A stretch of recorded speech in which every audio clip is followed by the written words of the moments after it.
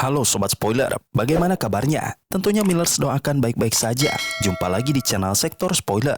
Pada video kali ini, Millers akan bahas kelanjutan cerita dari Donghua series Renegade Immortal, episode 110. Seperti biasa, Millers mau ingatkan lagi bagi Sobat Spoiler, karena video ini mengandung spoiler. Mimin sarankan untuk tonton dulu episode-episode sebelumnya, biar ngerti jalan ceritanya. Tapi buat Sobat Spoiler yang gak sabar dan udah siap dengerin kelanjutan ceritanya, langsung saja kita gas ke ceritanya. Di episode sebelumnya, getaran kuat mengguncang segala sesuatu di planet Tianyun, membuat benda-benda tanpa pemilik bergerak hebat. Fenomena ini berlangsung singkat, namun dampaknya luar biasa. Lampu merah misterius muncul, menerangi ruang angkasa. Sebuah peristiwa yang hanya terjadi setiap 5.000 tahun. Hanya sedikit pembudidaya kuat yang mengetahui asal-usulnya. Laut Rosetan Timur, sebuah tempat penuh rahasia, telah terbuka. Lampu merah itu menyebar luas, menandakan awal dari fase fasang yang menakjubkan. Cahayanya berkedip-kedip, lalu tiba-tiba mundur dengan kecepatan luar biasa, seperti gelombang raksasa yang menarik kembali segalanya. Bersama cahaya itu, harta karun tak terhitung jumlahnya, batu roh, giok langit, dan benda berharga lainnya mengalir menuju Laut Rosetan Timur. Bahkan binatang aneh dan makhluk kuat dari kehampaan ruang terseret dalam arus ini. Cahaya merah itu bergerak cepat, seolah jarak tidak berarti. Dalam sekejap, gelombang cahaya melintasi bintang dan planet, kembali ke pusatnya di Laut Rosetan Timur. Para pembudidaya yang menyaksikan pemandangan itu terpana. Wang Lin, salah satu pembudidaya, merasakan keterkejutan mendalam saat melihat harta karun dan makhluk aneh. Di tengah kekaguman, sebuah sinar merah terakhir muncul. Begitu cepat dan misterius hingga tak seorang pun bisa melihat isinya. Bahkan para pembudidaya senior seperti Tian Yunzi dan Ling Tianhou tampak terkejut. Wang Lin dengan tekad kuat menggunakan teknik khusus untuk menembus cahaya itu. Meski nyaris terluka, ia berhasil melihat sekilas sebuah token emas berkilauan dengan simbol misterius, harta yang membuat semua pembudidaya tergiur. Pintu gerbang menuju Laut Rosetan Timur terbuka, ditandai dengan pusaran energi pedang yang diciptakan oleh Ling Tianhou. Para pembudidaya, termasuk Wang Lin dan murid-murid dari berbagai sekte, bergegas masuk untuk mengejar harta karun. Wang Lin memasuki gerbang dengan hati-hati, merencanakan langkahnya. Di dalam, ia menemukan dunia aneh yang luas, mirip dunia fana namun penuh misteri, di mana ia terpisah dari rekan-rekannya. Laut Rosetan Timur adalah tempat ujian selama 500 tahun, dan Wang Lin bertekad memanfaatkan waktu itu. Ia ingin menyempurnakan seni pembantaian surgawi untuk melawan musuh bebuyutannya, Tuo Shen, serta mencari pedang legendaris yang ia lihat di cahaya merah. Dengan tekad membara, Wang Lin melangkah ke dalam petualangan di dunia misterius ini, siap menghadapi tantangan demi meraih kekuatan dan harta yang diimpikannya. Di episode selanjutnya, Wang Lin termenung memikirkan token misterius yang membuat wajah Tian Yunzi dan Ling Tianhou berubah. Planet Tianyun menyimpan banyak rahasia yang belum bisa ia pecahkan. Dengan hati-hati, ia memutuskan untuk tidak terburu-buru dan fokus pada langkah berikutnya. Tubuh aslinya tersembunyi dengan aman di sebuah planet sunyi, jauh dari ancaman Tuo Shen di makam Suzaku. Dengan pikiran jernih, Wang Lin melayang di udara, menjelajahi tanah kosong yang sepi. Akal ilahinya tak menemukan tanda-tanda kehidupan selain dirinya. Hari demi hari berlalu. Setelah puluhan hari, matanya tiba-tiba menyipit, menangkap sesuatu di kejauhan. Ia kemudian melesat menuju arah itu. Di luar gurun, ia menemukan hutan lebat. Di sana, seseorang tergeletak di tanah. Tubuh bagian atasnya telanjang, diolesi cairan hijau, dengan nafas begitu lemah hingga hampir tak terdeteksi. Tiba-tiba, seekor binatang buas mirip babi liar melompat dari hutan. Orang itu bangkit dengan cepat, memegang tombak hitam, dan menusuk binatang itu. Binatang itu mengamuk, menghancurkan tombak. Dengan gesit, orang itu melompat ke punggung binatang, meraih bulunya, dan menusukkan pisau ke lehernya. Binatang itu mengaum kesakitan, berlari tak tentu arah, berusaha melepaskan diri. Orang itu bertahan, memegang erat bulunya dan menjaga pisau di leher binatang. Akhirnya, binatang itu melemah, darah bercahaya aneh mengalir dari lehernya, lalu ambruk tak bergerak. Wang Lin muncul di udara, mengamati dengan tatapan penuh misteri. Ini adalah makhluk hidup pertama yang ia temui dalam 10 hari. Setelah mencabut pisau, orang itu menoleh ke langit dengan waspada, seolah merasakan kehadiran Wang Lin meski tak memiliki energi spiritual. Wang Lin muncul perlahan, menatapnya dengan dingin. Orang itu mengangkat pisau, menyatakan binatang itu miliknya. Wang Lin tak berniat merebut, hanya menatap sebentar sebelum orang itu menyeret binatang ke hutan dengan penuh kewaspadaan. Wang Lin tak mengikuti, namun merasa orang itu menarik. Orang itu menyeret binatang sepanjang hari hingga matahari hampir tenggelam, sampai tiba di sebuah lembah tersembunyi. Saat memasuki lembah, riak samar muncul, menandakan adanya formasi pelindung kuno. Berbeda dari metode aliansi budidaya, kemungkinan dibuat oleh penggarap zaman dulu. Formasi ini menyembunyikan lembah, membuatnya sulit ditemukan.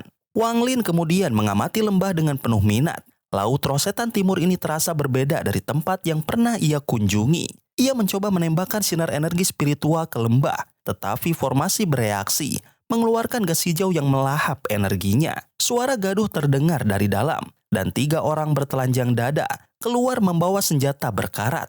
Mereka waspada, namun kebingungan muncul saat tak menemukan apapun, lalu kembali ke lembah. Wang Lin berubah menjadi asap hijau mencoba memasuki formasi, tetapi lampu hijau menyala, memancarkan aura berbahaya.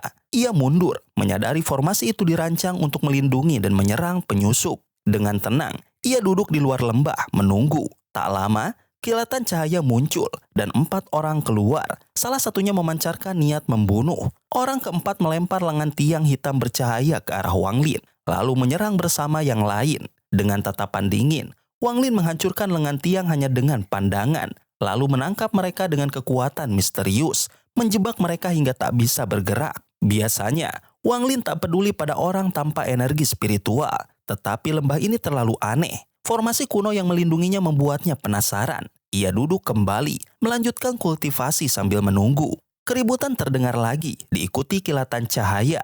2 orang keluar, tanpa cairan hijau, namun memancarkan aura misterius. Mereka meludahkan darah ke tanah, lalu berlari kembali ke lembah. Wang Lin menangkap mereka dan melemparkan mereka bersama yang lain. Darah di tanah membentuk kabut merah tebal, menyelimuti area. Wang Lin tetap duduk tenang dalam posisinya. Saat kabut darah mencapai puncaknya, raungan keras bergema dari lembah. Sosok hitam muncul dari kabut, memancarkan aura aneh, memerintahkan Wang Lin mengembalikan anggota suku dan pergi, mengancam akan membunuhnya. Wang Lin hanya mendengus dingin, berdiri dan melangkah maju.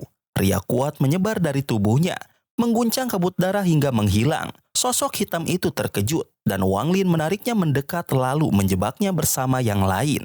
Wang Lin kembali duduk, memeriksa formasi lembah dalam diam.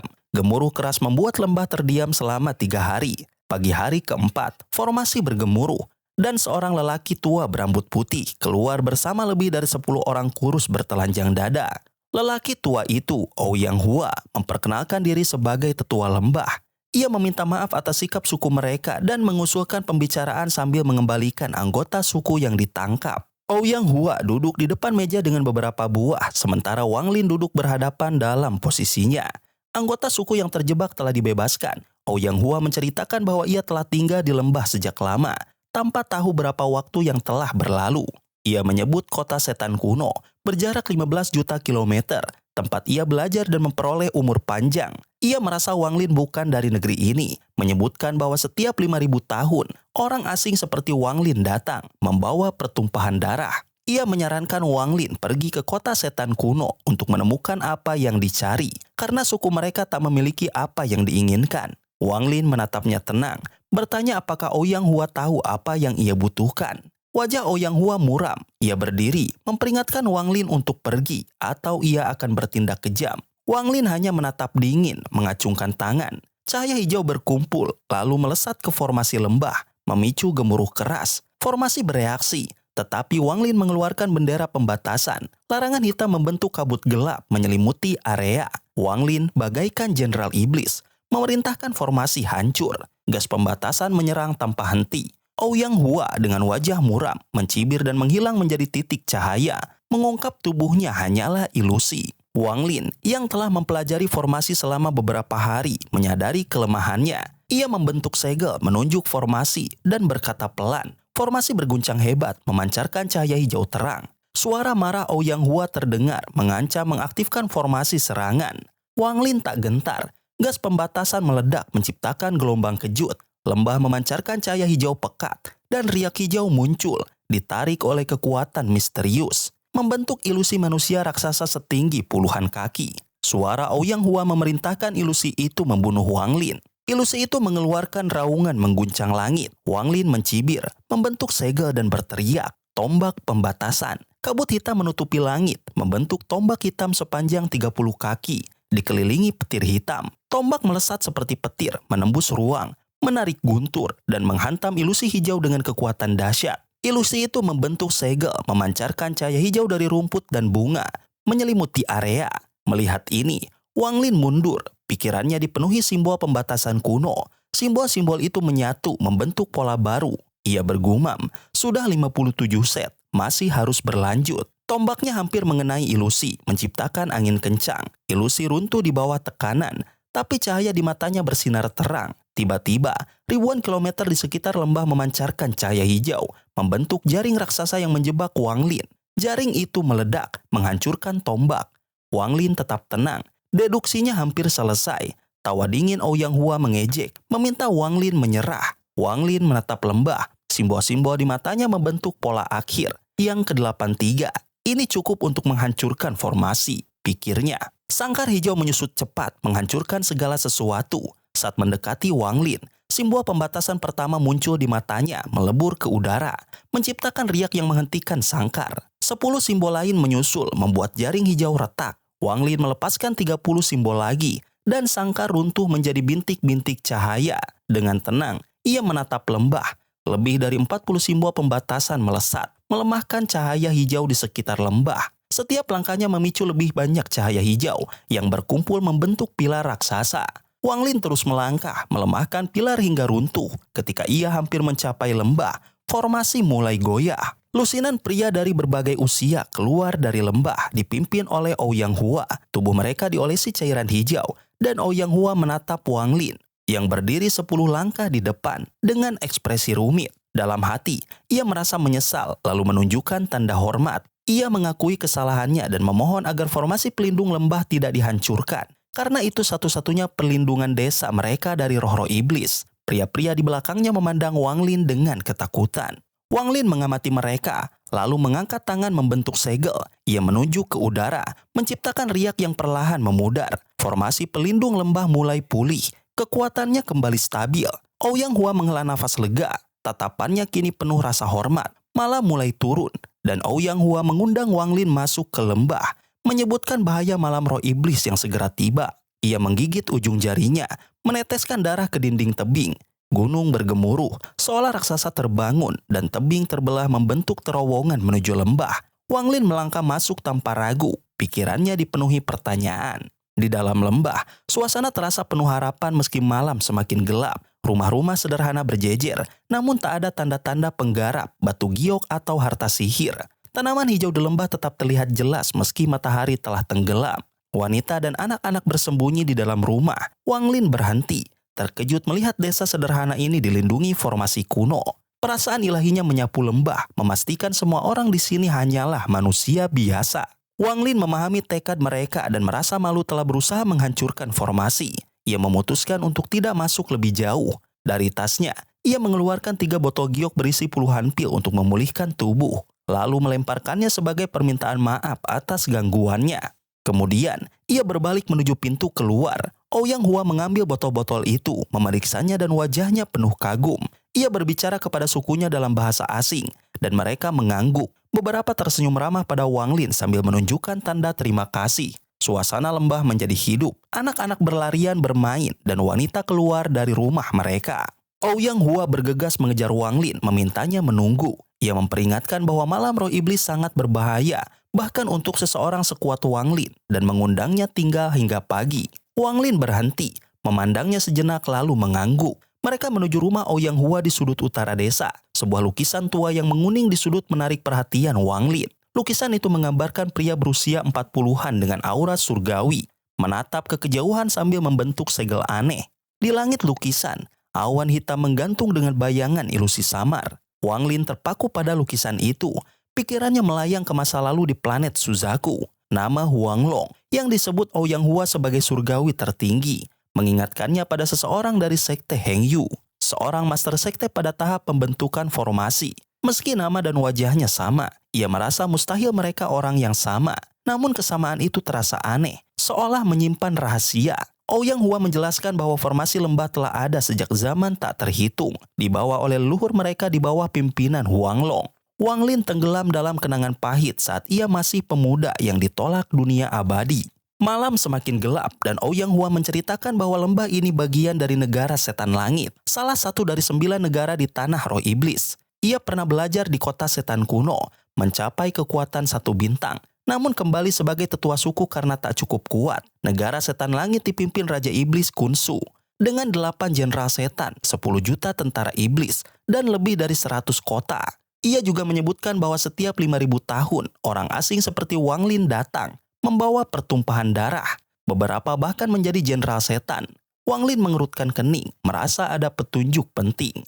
Ouyang Hua ragu saat ditanya apa yang dicari Wang Lin, lalu mengakui bahwa benda itu ada di lembah, namun terlalu penting bagi sukunya. Jika diambil, suku mereka akan mati perlahan. Wang Lin menatapnya tajam, lalu Ouyang Hua menawarkan kesepakatan. Benda itu akan diberikan jika Wang Lin menyediakan lebih banyak pil. Wang Lin mengeluarkan selusin botol giok, memancarkan cahaya putih, lalu mengembalikannya setelah berputar di udara. Ouyang Hua menatap botol-botol itu dengan penuh keinginan, lalu memutuskan memimpin Wang Lin ke benda itu. Ouyang Hua membawa Wang Lin ke kedalaman lembah, sebuah area berbentuk labu dengan pintu masuk sempit. Tanah di sana dipenuhi tanaman aneh, terasa lembut saat diinjak. Ouyang Hua menunjuk tebing, di mana sebuah kristal putih berbentuk berlian menggantung, memancarkan aura aneh. Perasaan ilahi Wang Lin sebelumnya tak mendeteksi kristal ini, tapi kini dari dekat ia merasakan energi mirip energi spiritual celestial, namun dipenuhi aura setan. Ia melangkah mendekat, menunjuk kristal itu, dan jiwa asalnya merasakan energinya. Ekspresinya berubah. Energi itu bukan energi spiritual celestial, melainkan sesuatu yang lebih lembut dengan aura setan yang kuat. Ouyang Hua menjelaskan bahwa kristal itu disebut kristal roh iblis, digunakan untuk menyembuhkan luka, namun kualitasnya rendah dibandingkan pil Wang Lin. Wang Lin mengangkat tangan, memicu gemuruh dari tebing. Kristal putih terlepas dan mendarat di tangannya. Saat menyentuhnya, aura dingin mengalir ke tubuhnya melalui lengan, bergerak di sepanjang tulangnya, lalu berkumpul di dantiannya, membentuk kristal kecil seukuran butir beras yang berputar seperti nebula.